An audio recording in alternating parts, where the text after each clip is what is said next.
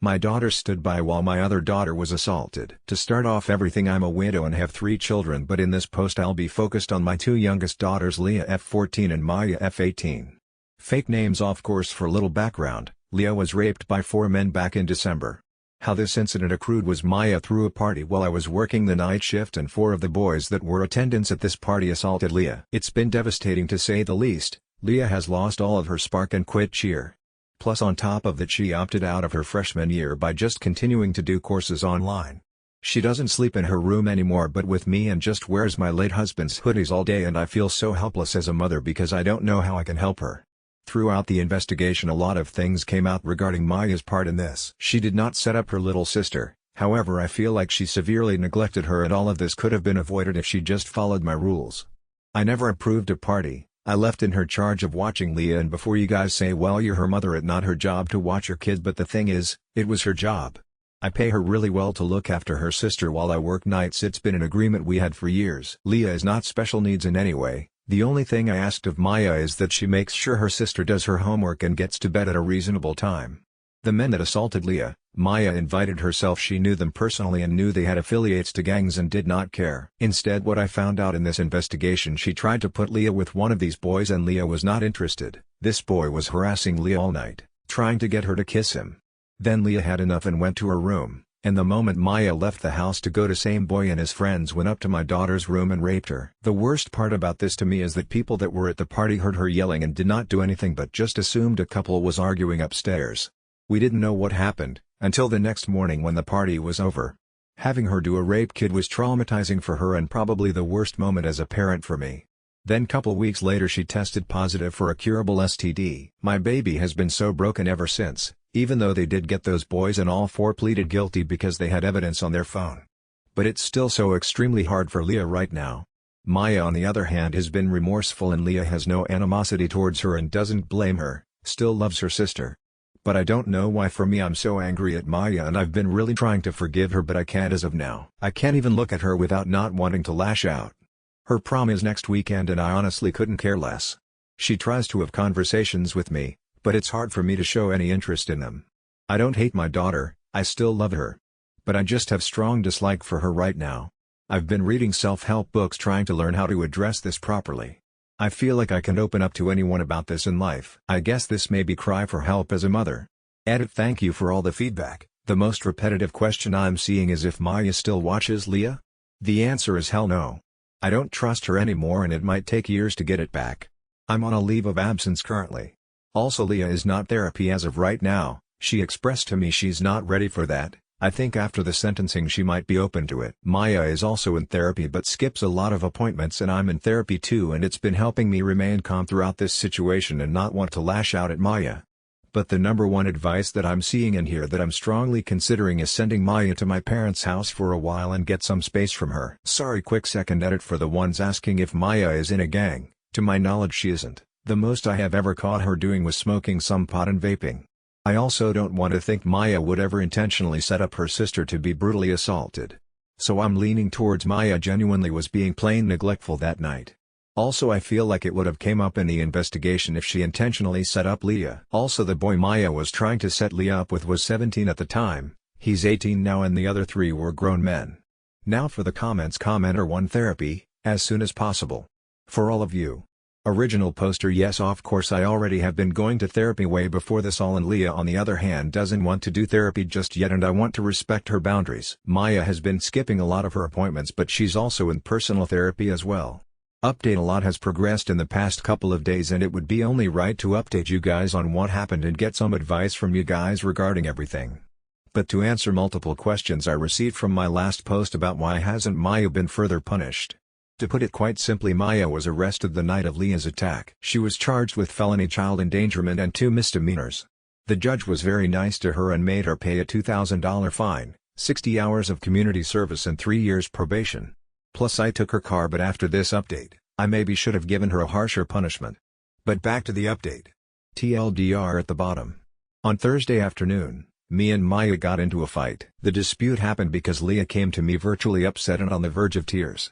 Because 5 people messaged her that day, expressing condolences about her attack. Leah has been very clear she doesn't want anyone that she knows to know that she was the victim of the attack. Upon further investigation, it turns out Maya told a group chat of 27 people that Leah was the victim. Leah vocalized to me how humiliated she feels and that she can't ever go back to school next year. I of course then go confront Maya about it. She kept saying I was overacting and that Leah was being dramatic.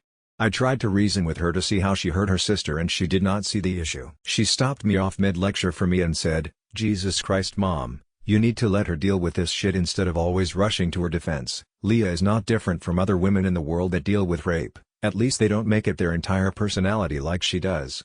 Also, she's fine." I literally overheard her talk to a boy on the phone last night. It just clicked for me at that moment that she was not actually remorseful at all and that I just witnessed her mask slip.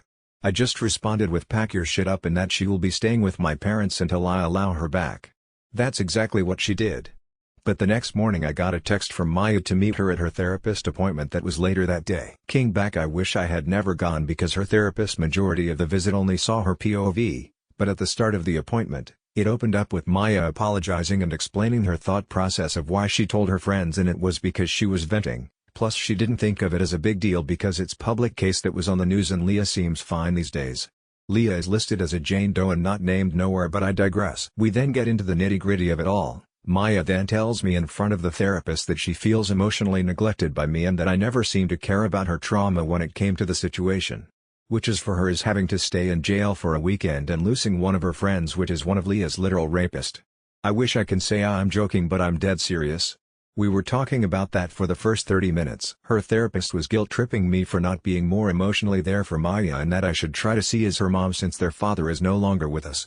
But call me an awful parent, but I don't want to be emotionally there for Maya if it involves me having to help her mourn the friendship of the person that ruined her sister's life. The therapist was on one, especially since she kept referring to what happened to Leah as an accident or that Leah seems happier these days because that's what Maya has been telling her, when Leah is quite literally high off antidepressants and still scores extremely low on the mental health evaluation. But I finally just had an outburst. Feel free to skip over the next paragraph, because there is a massive trigger warning. I get very graphic here, but I'm just reiterating what I said. What I said to both Maya and her therapist was, I think it's kinda disgusting that the two of you are refusing to acknowledge Leah's trauma in this and keep referring to it as an accident. You spent a weekend in jail, while your sister was in the hospital suffering from something your friend did to her. Ironically enough, if you ever listened to Leah, she has said that friend of yours was the most violent towards her during the attack and was the catalyst for the majority of injuries she sustained, including strangling her. So for you guys to sit here and berate me for not caring that you lost your friend because of something terrible your friend did to your sister is absolutely disgusting. My biggest regret right now is helping you obtain a lawyer. I should have let you rot in that cell and let you figure it out yourself. Maya started sobbing in the office at this point and saying it wasn't fair that I blamed her for what happened to Leah. She told me the only thing she was trying to do was have Leah come out of her shell because she kept hovering next to her at the party. The therapist then interjects and asks Maya how did Leah respond to her when she apologized.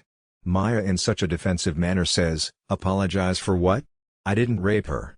Even the therapist was shocked when she said that, and at that point, I heard enough and I stood up, threw my hands up, and left. I haven't spoken to Maya since then, and this was Friday afternoon. Maya has been texting me and calling me begging to come home so she can apologize to both me and Leah. But I don't know at this point. I never thought I would be the parent that will have to go no contact with my daughter. But I don't know if I can stomach being around her. I can't trust her and she's not remorseful whatsoever about what happened. A part of me wants to try to make it work for the sake of Leah because she asked yesterday if she ruined our family. And that broke my heart. Leah loves and looks up to Maya and I don't think she can comprehend at this time that Maya also failed her. I'm just stuck, or tell me if I'm wrong for not understanding Maya. I'm sorry for the not so happy update. Now for the comments. Commenter 1, you are not in the wrong. You want to be there for your children, but clearly Maya cannot take responsibility for the role she played in this. I would like to say that it's maybe her not wanting to truly realize it and acknowledge it for fear of the guilt that would consume her, but it is clear she just doesn't feel remorse. Honestly, I'm so glad her mask slipped in front of the therapist too. Hopefully, that gave them the insight that maybe, just maybe, they've been fed lies. Still very weird and horrible for them to treat the situation that way given what they seem to know already about the attack. Also, I'm curious about your other child. Do they live in the house or near? Do they know what happened to Leah? I'm just wondering about her support right now. She obviously has you, but especially with her thinking she ruined the family, I'm wondering if she has anyone else close that she can lean on. Also, with some people now knowing and there being gang affiliation involved, I'm wishing for love and safety for you and Leah. No one deserves that, Especially not a child who is supposed to be safe in her own home. Original poster. So my oldest is my son. He got married a month before everything went down and I didn't want to drag him in too much about Maya, because I want him to enjoy the newlywed phase with his wife. Him and his wife are very supportive and his wife takes Leah all the time for sleepovers or just to get her out of the house. Commenter 2. I've been following this, but for context, how did Maya react when you told her what happened? Because I'm agreeing with the other comments when it comes to her being potentially a sociopath. Original poster. So I should say what happened that morning. At this point, I come home at 8:30ish from work and my house was trashed and couple of Maya's friends were still there. I of course argued with Maya for a bit about throwing a party and then I go check on Leah and she wasn't in her room but her sheets were bloody, so I thought maybe it was time of the month and that she was showering or sleeping in my bed. But when I checked my room I did not see her. I started calling Leah and her phone did ring and I heard it come from my closet. It's a walk-in and I see her wrapped in a blanket like a cocoon. I then shake her to wake up and she wasn't waking up and I then try to unwrap and that's when I noticed her scalp bleeding and I saw abrasions around her neck. So I started screaming, someone call 911, and Leah starts waking up in the ambulance and she starts crying and the first thing she told me is Maya's friend raped her and that she can't get up because she's in so much pain. When the police and ambulance show up and I honestly didn't care about Maya in that moment, all I told her was to be honest with the police and she should be fine. I didn't know what I know now at this point. They take her to precinct and the cops interrogated her and after getting a medical report for what happened to Leah, they decided to charge her with child endangerment. I did not see Maya's reaction to when they told her about what happened to Leah. But when she saw Leah once she got out of jail she gave her a big hug and I thought it was a sweet moment. The only red flag that stands out to me from that time is, Maya did not cooperate fully about giving out names because she said she forgot. Luckily DNA results from the crime scene and on Leah, which all 4 of Leah's rapists were already in the system for other crimes. One even being on probation, so they were easy to find and it was dominoes effect after that. Commenter 3. I would strongly suggest moving. I'm so sorry about everything that has happened and is happening and hate to put more on you, but you might want to consider moving Leah to a different school. Original poster. Thank you. And I did recently put our home up for sale. We're moving to a rental in July. I didn't want to let it go originally because selfishly me and my late husband bought that house together, so sentimental value. But I agree with everyone that we need to move for things to get better.